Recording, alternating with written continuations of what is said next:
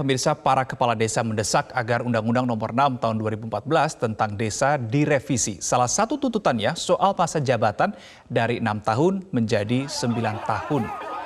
Para kades menganggap 6 tahun tidak cukup untuk membangun desa. DPR RI pun menyetujui usulan Perkumpulan Aparatur Pemerintah Desa Seluruh Indonesia atau PAPDESI untuk merevisi Undang-Undang Desa Nomor 6 Tahun 2014 soal masa jabatan Kades. Di UU tersebut, mereka mengusulkan perpanjangan masa jabatan Kades dari 6 tahun menjadi 9 tahun. Awalnya usulan itu disuarakan dengan masa jabatan Kades selama 10 tahun tanpa periodisasi. Suara itu hadir dari 62.000 lebih Kades anggota PAPDESI di 33 provinsi seluruh Indonesia pada 2018-2019. Mereka menilai masa jabatan 6 tahun yang termaktub dalam Undang-Undang Desa belum menyelesaikan permasalahan dan gesekan masyarakat pasca Pilkades karena berbeda pilihan. Cuma 9 tahun, Pak. Kami tidak minta lebih. 9 tahun. Jangan diganggu dengan peraturan-peraturan menteri yang tidak tahu kebutuhan di desa. Sumsel hadir, Pak, hari ini. Kami pergi dengan biaya sendiri. Tidak usah sepaneng. 2024 itu yang punya masa tidak menyetujui ini, 2024 dikosong ke baik. Pusat tidak mendukung apa yang kita inginkan. Merdeka. Merdeka. Merdeka. Dan pemirsa, untuk membahas lebih lanjut, kita akan terhubung dengan Sekjen DPP Perkumpulan Aparatur Pemerintah Desa Seluruh Indonesia, PAPDESI, Sentot Rudi Prastiono. Dan nanti kami juga akan masih berusaha untuk bergabung dengan Wakil Ketua Komisi 2 DPR RI, Saan Mustafa. Selamat pagi, Pak Sentot. Selamat pagi. Baik, Pak Sentot, apa urgensinya perpanjangan masa jabatan kepala desa dari 6 tahun menjadi 9 tahun? Oke, baik. Jadi DPP PAPDESI dalam Rakernas pada bulan Juni 2022 itu, tepatnya tanggal 3 sampai tanggal 6 Juni di Semarang, Rakernas 1 DPP PAPDESI itu, hasil Rakernas itu mengamanatkan bahwa mengusulkan bahwa ada revisi terbatas terkait Undang-Undang Desa Nomor 6 Tahun 2014 terkait masa jabatan. Nah, dalam perkembangannya, bagaikan gayung bersambut, kebetulan waktu itu Bapak Menteri Desa kan juga mewacanakan bahwa masa jabatan Kades itu diwacanakan 9 tahun. Pada bulan September berikutnya, pada tahun 2002 itu, kita melakukan audensi dengan Kementerian Desa. Kebetulan waktu itu diterima langsung oleh Bapak Sekjen Kemendes. Waktu itu kita sampaikan usulan kita bahwa terkait hasil Rakernas itu, bahwa dari masyarakat, dari kepala desa seluruh Indonesia, waktu itu diwakili 30 DPD seluruh Indonesia, mengamanatkan bahwa diadakan revisi terbatas terkait pasal 39 ayat 1 dan ayat 2. Kita mengusulkan masa jabatan Kades itu 10 tahun dan tidak dibatasi periode. Baik, Pak Sentot, mungkin bisa langsung dijawab saja, apa urgensinya harus ada perpanjangan masa jabatan dari yang semula 6 tahun menjadi 9 tahun? Urgensinya apa?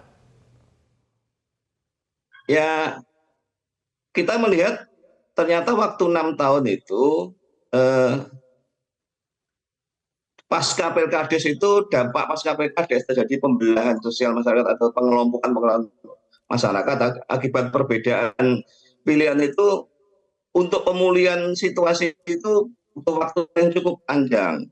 Jadi ada 3 sampai 5 tahun. Nah, padahal di tahun kelima itu kan kepala desa juga sudah mempersiapkan Pilkades tahap berikutnya.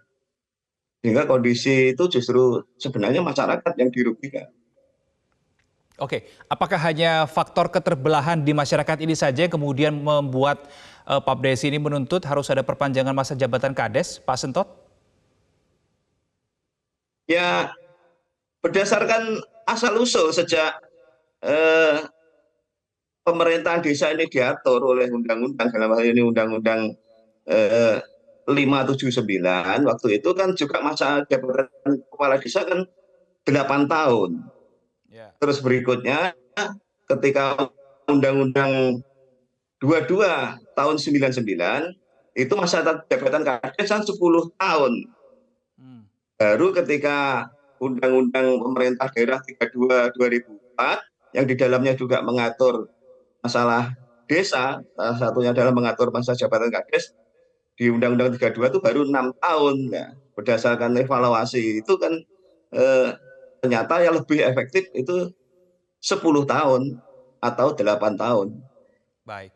Pak Sentot, kalau saya baca ini seperti yang tadi Anda sampaikan bahwa Mendes ini kan sudah mewacanakan gagasan sementaranya adalah 9 tahun, tetapi periodenya adalah 2 kali saja. Jadi 2 kali 9 sama dengan 18, ini kan sebenarnya kan sama saja Pak Sentot dengan 6 tahun tapi 3 periode. 6 kali 3 juga 18. Bagaimana pendapat Anda soal hal ini?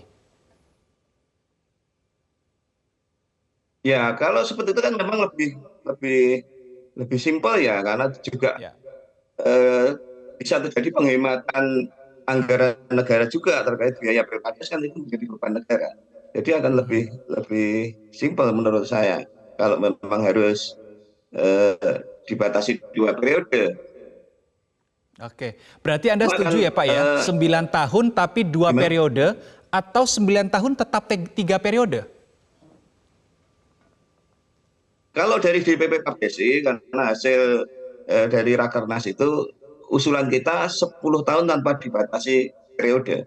Karena kan ini kan pemilihan langsung, kenapa harus dibatasi periode? Gitu. Karena beberapa daerah dalam pelaksanaan undang-undang itu juga dulu ketika 2279 ternyata juga ada beberapa daerah itu membatasi umur maksimal. Jadi umur minimalnya mencalonkan kepala desa 25 tahun, umur maksimalnya 60 tahun. Itu ada temuan dari teman-teman bahwa di beberapa daerah juga ada pembatasan umur untuk bisa mencalonkan kepala desa. Jadi ada double pembatasan, selain periode juga dibatasi oleh umur 60 tahun. Oke, usulan dari DPP Papdesi malah 10 tahun tanpa ada batasan periode. Pak Sentot, memang kultur di pedesaan ini seperti apa kok sampai Anda dan teman-teman dari Papdesi ini mengusulkan supaya tidak ada pembatasan periode? Jadi gini, kalau saya itu jadi kepala desa kan pada tahun 2007 ya sudah menggunakan Undang-Undang 32 2024. Tapi secara kebetulan kakek saya itu dulu juga kepala desa. Jadi kakek saya dulu kepala desa 44 tahun jadi kepala desa. 44 tahun. Dan kebetulan bapak saya itu juga sekretaris desa.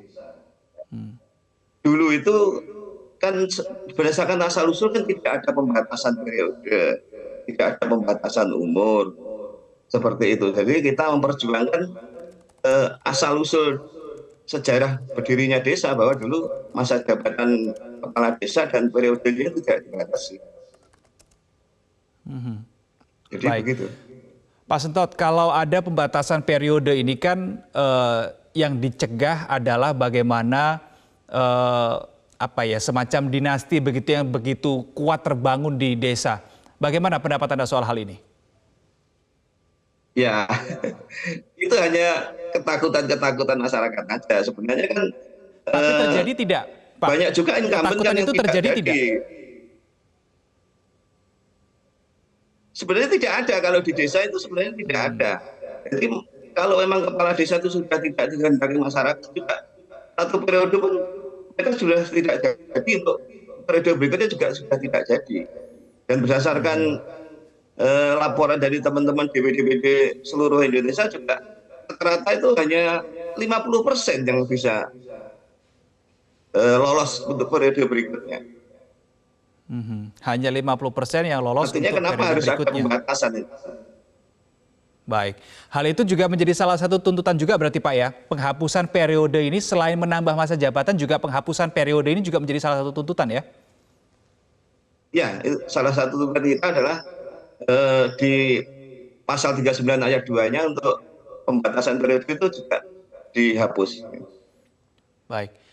Pak Sentot, lantas kenapa baru sekarang begitu aksi besar ini di para kepala desa didatangkan ke Jakarta untuk berorasi? Kenapa baru timingnya baru Januari 2023 yang kita tahu ini juga berdekatan dengan tahun politik 2024 nanti?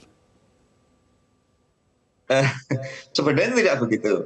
Jadi jadwal rakernas kita itu sebenarnya kan tahun 2020 itu lah, kebetulan itu kan bertepatan dengan kondisi negara masih dalam pandemi COVID, sehingga itu tidak bisa kita laksanakan, sehingga kita baru bisa melaksanakan rakernas itu pada tahun 2022 pada bulan Juni itu kita baru bisa melaksanakan rakernas. Dan apa yang menjadi usulan kita itu adalah hasil rekomendasi dari rakernas 1 DPP Papdesi di Semarang.